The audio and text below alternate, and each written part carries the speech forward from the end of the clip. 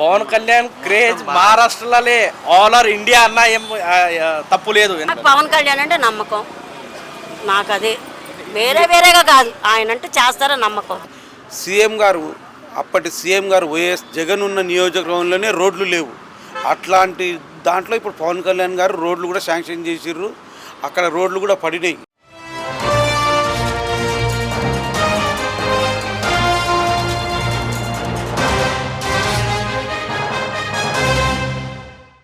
నమస్తే అండి, మీ పేరేంటి? శ్రీనివాస్ దత్తాత్రేయ ఎన్నం, మహారాష్ట్ర సోలాపూర్. సో ఏంటి పవన్ కళ్యాణ్ గారి గురించి ఒక మాటలు అసలు ఏం చెప్తారు అసలు? అంటే పవన్ కళ్యాణ్ ఫ్యాన్స్ అసోసియేషన్ సోలాపూర్ మహారాష్ట్రలో మాది 5 సంవత్సరాల నుంచి అతని అసోసియేషన్ అని మాది సోషల్ యాక్టివిటీ సోలాపూర్ సిటీ లోపల జరుగుతూ ఉంటుంది. మాది పర్సనల్లీ ఎన్జిఓ ఉన్నది, అతుల్య సేవా ప్రతిష్టాన్ మహారాష్ట్రలో 2011 రిజిస్టర్ అయింది ఉన్నది. దాంట్లో సోషల్ యాక్టివిటీ చేసాం.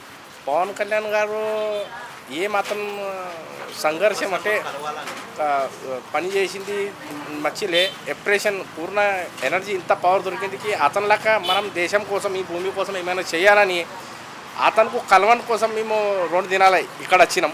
2 దినాల నుంచి అతనికి పొద్దున అపాయింట్మెంట్ టైమింగ్ ఉంటుందట. ఆ కలవన్ కోసం మేము మా మిత్రులు మీడియా ఉన్నారు, అతను ఇద్దరం కలిసి వచ్చినాం. అతనికి పవన్ కళ్యాణ్ కలిస్తే మా సోలాపూర్ సిటీ లోపల జనసేన ఆఫీస్ తెరవడం కోసం మేము ప్రయత్నిస్తున్నాం.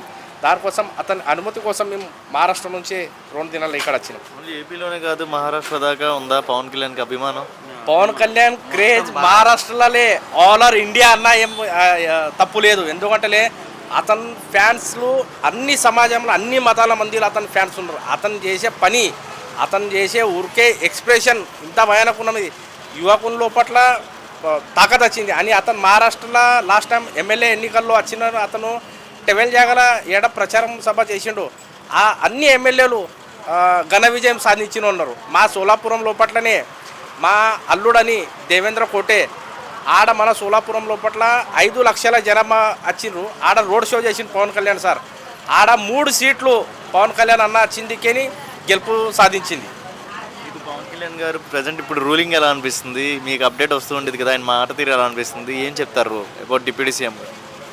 నాకు ఇంత ఎక్స్పీరియన్స్ అనిపిస్తుంది, అతనికి ఎప్పుడు కలవాల ఒక భగవంతునికి ఈ కలియుగంలో చూసినలాగా ఉన్నది. ఆయన జనం సేవ కోసం ఏం అసలు ఉరుకుతున్నాడు, ఏం పని చేస్తున్నాడు అది చూసి మేము మా సిటీ లోపల మహారాష్ట్ర లోపల సోలాపురం లోపల ఇట్లా పని చేయాలని మేము కోరుకుంటున్నాం. అంత అభిమానం ఉందా సోలాపూర్లో?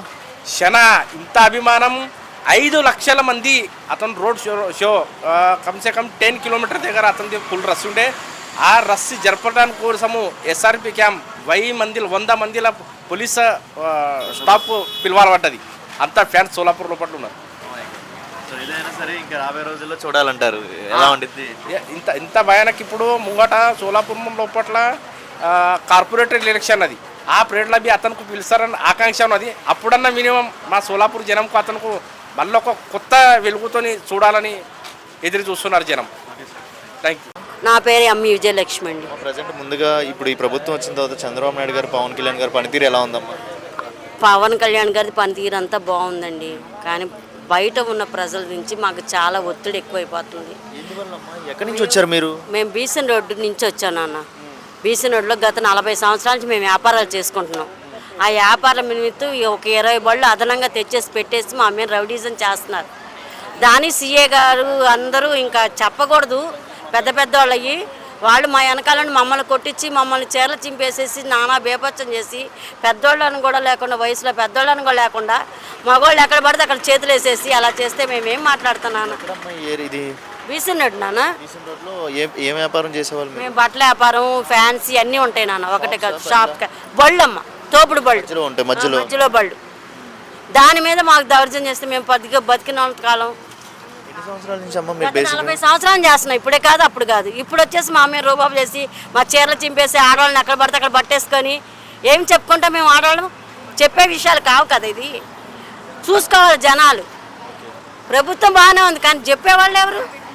అసలు వాళ్ళే వచ్చి వాళ్ళకే సపోర్ట్ చేస్తుండే, ఇంకా మాకు న్యాయం చేసేది ఎవరు? మరి ఇంత దూరం నుంచి వచ్చారు కదమ్మా మీలాంటి ఆడవాళ్ళు అందరూ, మీకంటే ఏదో ఫ్యామిలీ రన్ చేసుకోవాలని చెప్పి, మరి ఇక్కడ పవన్ కళ్యాణ్ గారు మీలాంటి వాళ్ళని గుర్తించి ఏదో ఒకటి చేస్తారని నమ్మకం ఉందా?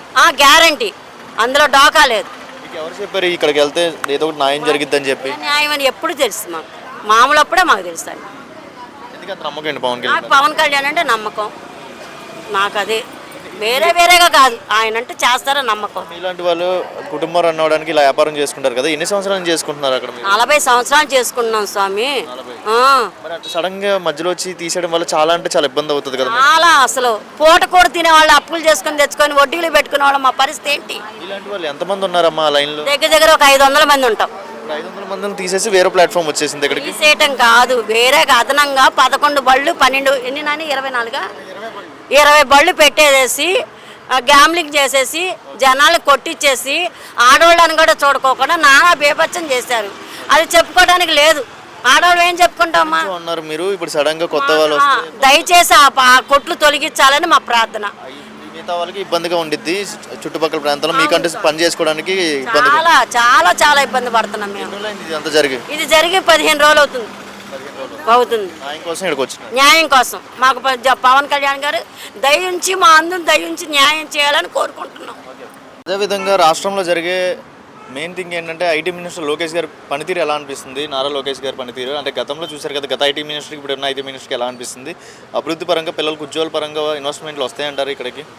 వస్తాయండి. వాళ్ళకు భయపడి, అంటే పెట్టుబడులు పెట్టాలంటే భయపడిపోయారు. ఎందుకంటే మనము పెట్టుబడి పెడితే వాళ్ళకు పార్ట్నర్షిప్ ఇవ్వాలా, వాళ్ళది రూపాయి ఏది ఉండదు, శ్రమ ఉండదు, శ్రమ దోపిడి అంటే వాళ్ళకు శ్రమ లేకుండా డబ్బు కావాలా, అది తప్ప యువకులకు ఉద్యోగాలు రావాలా, మన రాష్ట్రం అభివృద్ధి కావాలన్నది లేదు వాళ్ళకి. వాళ్ళ కుటుంబం వాళ్ళు దోసుకోవడం తప్ప యువకులకు రేపు భవిష్యత్తు తరాలకు మంచిగా ఉండాలన్నది లేదు. ఎందుకంటే ఇప్పుడు చంద్రబాబు నాయుడు గారు అంటే హైటెక్ సిటీని డెవలప్మెంట్ చేశారు. అంటే హైదరాబాద్ ఇంత డెవలప్మెంట్ రావడానికి ఆయన ముందు చూపే.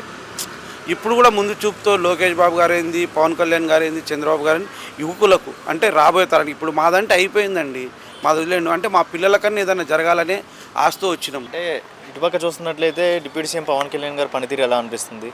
పవన్ కళ్యాణ్ గారు సినిమా నటులు కదా, ఇప్పుడు పొలిటికల్లోకి వచ్చారు కదా, దీని గురించి మీరు ఏం చెప్తారు? పంచాయతీ వేలుగా పల్లెటూరు పరంగా డెవలప్మెంట్ అవుతాయంటారా? రోడ్లు పడతాయంటారా ఇంకా మెరుగ్గా? పడుతున్నాం అండి. ఇప్పుడు అంతెందుకు మా వేంపల్లి గ్రామంలోనే ఎంతో దారుణంగా ఉన్నాయి. అంటే సీఎం గారు, అప్పటి సీఎం గారు వైఎస్ జగన్ ఉన్న నియోజకవర్గంలోనే రోడ్లు లేవు. అట్లాంటి దాంట్లో ఇప్పుడు పవన్ కళ్యాణ్ గారు రోడ్లు కూడా శాంక్షన్ చేసిర్రు, అక్కడ రోడ్లు కూడా పడినాయి. అట్లా ఆ విధంగా డెవలప్మెంట్ అయితే అందరూ హర్షిస్తారు, అందరూ సంతోషిస్తారు. మీరు ఎక్కడి నుంచి వచ్చారండి? మేము వేంపల్లి, పులివెందుల తాలూకా, వేంపల్లి, కడప జిల్లా. పులివెందుల తాలూకా అటుపక్క నుంచి అంత దూరం నుంచి వచ్చినారు కదా ఇక్కడికి, దీనివల్ల వచ్చారు టీడీపీ పార్టీ హౌస్కి రావడానికి కారణం ఏంటి? ఎవరు చెప్పారు ఇంత దూరం వెళ్ళమని మీకు? అంటే ఇక్కడ మంచి జరుగుతుంది అని మేము ఆశపడి వచ్చినాము. అంటే అక్కడ ప్రతి ఒక్కరు చెప్తున్నారు, అక్కడ టీడీపీ ఆఫీస్ పోతే మంచి జరుగుతుంది, మన అర్జీలు సమస్య పరిష్కారం అవుతుంది, మా సీఎం గారి దృష్టికి పోతుంది, ఇక్కడ పార్టీ ఆఫీసులు ఇస్తే లోకేష్ బాబు గారి దృష్టికి పోతుంది అంటే ఇంత దూరం రావడం జరిగింది. అంటే ఇప్పుడు మొన్న రీసెంట్గా జగన్మోహన్ రెడ్డి అసెంబ్లీలోకి వచ్చి ఎన్ని నిమిషాలు ఉండకుండా వెళ్ళిపోయారు. ఆయన అసెంబ్లీలో ఉండాలి కదా, ప్రజల గురించి చాలా ఆలోచించే మనిషి అయితే. సో మీకు మీలాంటి వాళ్ళు చాలామంది ఇష్యూస్ ఉంటాయి, వాళ్ళ గురించి కూడా రేస్ చేయొచ్చు, ఎందుకు ఇవన్నీ చేయకుండా ఆయన వెళ్ళిపోతున్నారు? ఆయన సీఎంగా ఉన్నా ఇప్పుడు ఎమ్మెల్యేగా ఉన్నా కనీసం మన పులివెందుల తాలూకాలోనే ప్రజా దర్బారు నిర్వహిస్తే రాలేరండి జనాలు. అంటే నమ్మకం పోయింది. ఆయన సీఎం ఉన్నప్పుడు కనీసం ఒక ఎమ్మెల్యేని కలవాలన్నా అపాయింట్మెంట్ దొరికేది కాదు. ఆయనకు అధికారులను కూడా దోచిపెట్టే అధికారులకి అపాయింట్మెంటు. అంతేందుకండి, అక్కడ ఎర్రగుంట్లలో జగనన్న కాలనీ అని పడింది. ఆయన సిమెంట్ అమ్ముకోవడం కోసము ఒక ఆడియో ఉసుక ట్రాక్టర్ని ఆపితే, ఏం మా జగనన్న కాలనీకి ఆపుతున్నారే, ఇది జగనన్న కాలనీ కోసం అంటే, నాయన నేనే నెలకి 20 లక్షలు పంపించాలి తాడేపల్లికి, లేకపోతే నా ఉద్యోగం ఎక్కడ ఉంటుందో తెలియదు అన్న పరిస్థితిలో ఉన్నా అన్నది. అంటే అట్లా ఆయనకు డబ్బు దాహం తీరలేదు. అంటే ఈ ప్రపంచమంతా భూమి అంతరించే వరకు తినే అంత సంపద ఉన్నా ఆయనకు సంపదన మీద ఆశ అనేది చావలే. నాకే సంపద కావాలి. ఇప్పుడు టూరిస్ట్ మినిస్టర్గా ఉన్న రోజా గారు ఏం మాట్లాడిరండి, ఇప్పుడు రుషికొండ అట్లా జరుగుతుంది, ఏమ్మా ఇది పద్ధతేనా అంటే, వెంకటేశ్వర స్వామి కొండ మీద ఎందుకున్నాడు, చిరంజీవి గారు జూబ్లీస్లో ఎందుకున్నాడు, ఇట్లాంటి మాటలు మాట్లాడిన వాళ్ళు. అభివృద్ధి పరంగా వాళ్ళకనేది తెలియదు. దాచుకోవడం తప్ప ప్రజలకు ఉపయోగపడే పనులు చేయలేదండి.